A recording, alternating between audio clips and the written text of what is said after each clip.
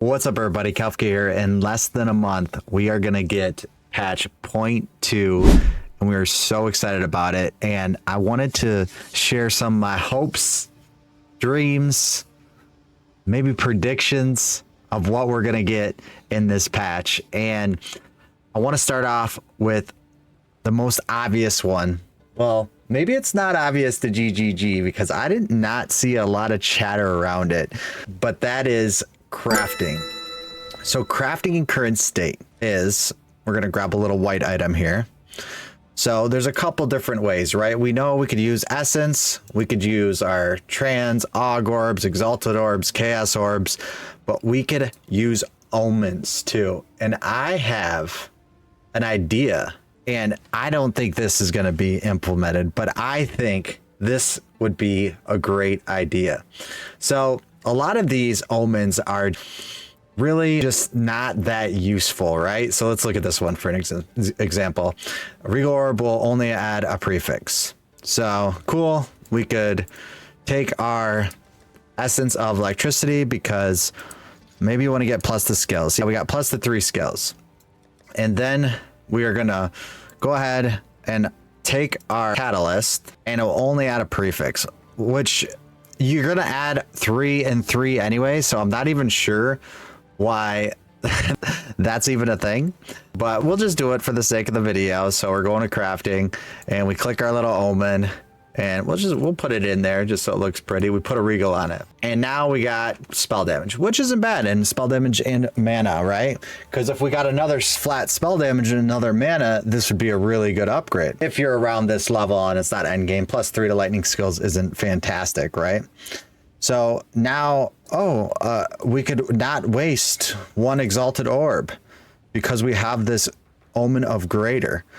Well, we added 2. So we added gain life on enemy killed and gain life on mana per enemy killed. So obviously not what we're looking for in a wand. So we know crafting is a ton of gambling.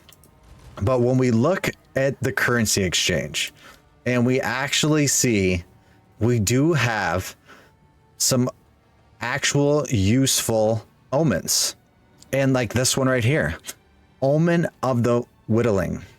This one will use a chaos orb and remove the lowest level modifier. That is really good. This is also really good too. While this is active, it will only remove a suffix modifier. So maybe you got 1 suffix, 3 good. Maybe you got 3 good prefixes and you want to remove a suffix. That's pretty good, right? So what we could do is, because these are absolutely absurd expensive, 5,800 exalted orbs. What does a divine orb cost right now? 5,800. That's 12 divine orbs per use of those omens. My suggestion is do a little fine tuning on the omens. A little fine tune to help them craft. But 1, you got to figure out how to make them stack in your inventory, because these need to be considered a currency. So we have currency drop, which is very random when we're upgrading our items. So have this currency drop, but also have an omen currency drop in maps. And you could do a lot of cool things with that. So take it out of rituals, because it's very far and few to get these really great omens that help you craft. But if you make some of these omens like currency and they're rare as maybe a divine orb is, or an orb of an element, literally you could take the same method, all these gems, and put them into omens on its own currency drop. So now we implement omens still, and we utilize those along with our currency, because they both drop when we're out mapping or doing trials or whatever event you're doing. Because to find rituals, and to find even precursor ritual tablets, that's tough, right? I don't even have a lot of rituals. I have some, but I don't even have a ton that I could just run right now. And it's really hard to get lucky with the rituals. So maybe they could still put something else in rituals to make rituals more enjoyable. but we just don't get enough omens to call it part of the crafting method. So we really got to figure that out. And so I think that's the easiest way to really make crafting better is take a look at omens and have them drop as currency on any map. And then it would be really cool because I uncovered these maps. Now this one right here says 20% chance for omens to drop.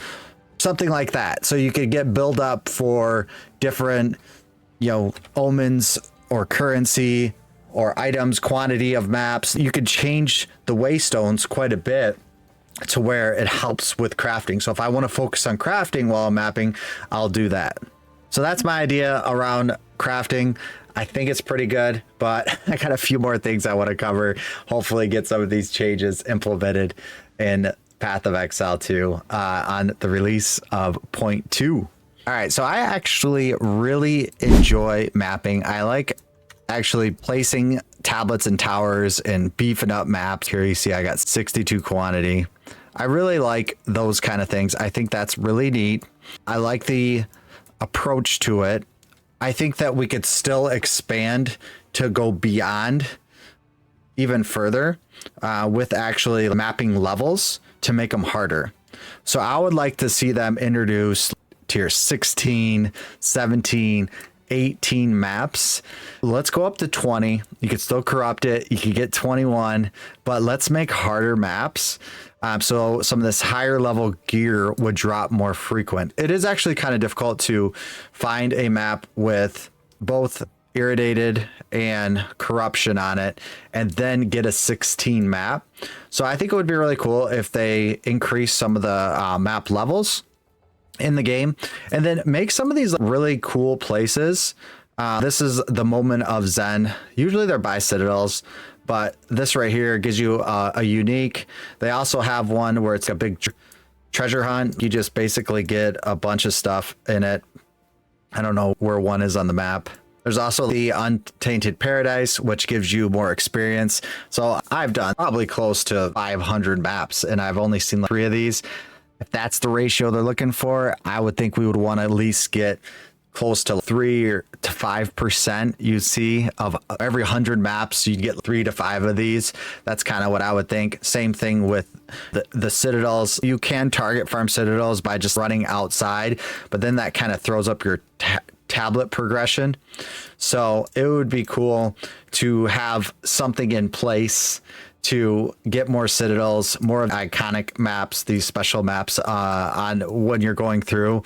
Even if you have to do certain things to get it, I think that would be really cool. Run 20 maps and then you get an Untainted Paradise, or run 100 maps and you get an Arbiter run. Just random things like that to keep it going. So once you complete the Atlas, you really don't get any more quests. I think there should be, I'm going to go back to my WoW days. I think they should update weekly quests to do on your mapping.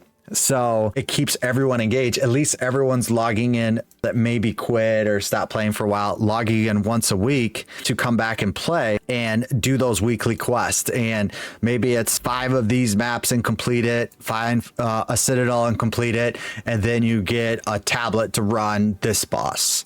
Something like that, I think, would be more engaging for people to play on a weekly basis. And it's pretty easy for them probably to just make quest up on a weekly basis, especially if a season's going to go 3 to 4 months long. If they could update things weekly and create little mini quests for us to do in the end game content, people are going to log in every week and play. I think that would be phenomenal, and it would bring a lot of player base back that maybe put the game to the side for a little bit. So stuff like that, just pull some stuff out of some other games and make it happen in PoE 2. I do enjoy mapping. I actually will go into the next topic. I do enjoy mapping fast. So a lot of people are always saying Herald of Ice, Herald of Thunder, Archmage, Spark. Those are the builds that are being used right now, right? Yeah, we do know those builds are being moved. Why? Because they kill everything on the map very quickly. So PoE 2 has a problem here to solve, and it's not an easy problem. It really is not an easy problem to solve, because they have, on one hand, we're killing stuff too quick, and the maps are just depleting. They're going fast. I could get a map done in 3 to 5 minutes, whatever that looks like. But on the other hand, if they slow down the game, guess what happens? We don't get any loot because you have to farm a lot of 3 to 5 minute maps with a good build to get good loot. You can't just start doing, run 15-minute maps because you're playing a build that's a bit slower. Could you imagine running a map and then actually taking 15 minutes to run through it because they slowed down the game and they kept the loot the same way? I think they have to keep everything the same. I need to be able to blow up these trash mobs and then try to find the bosses as fast as I could. This map's complete, but I can't slow down because I'll never get anything accomplished in the game in terms of building my character progression.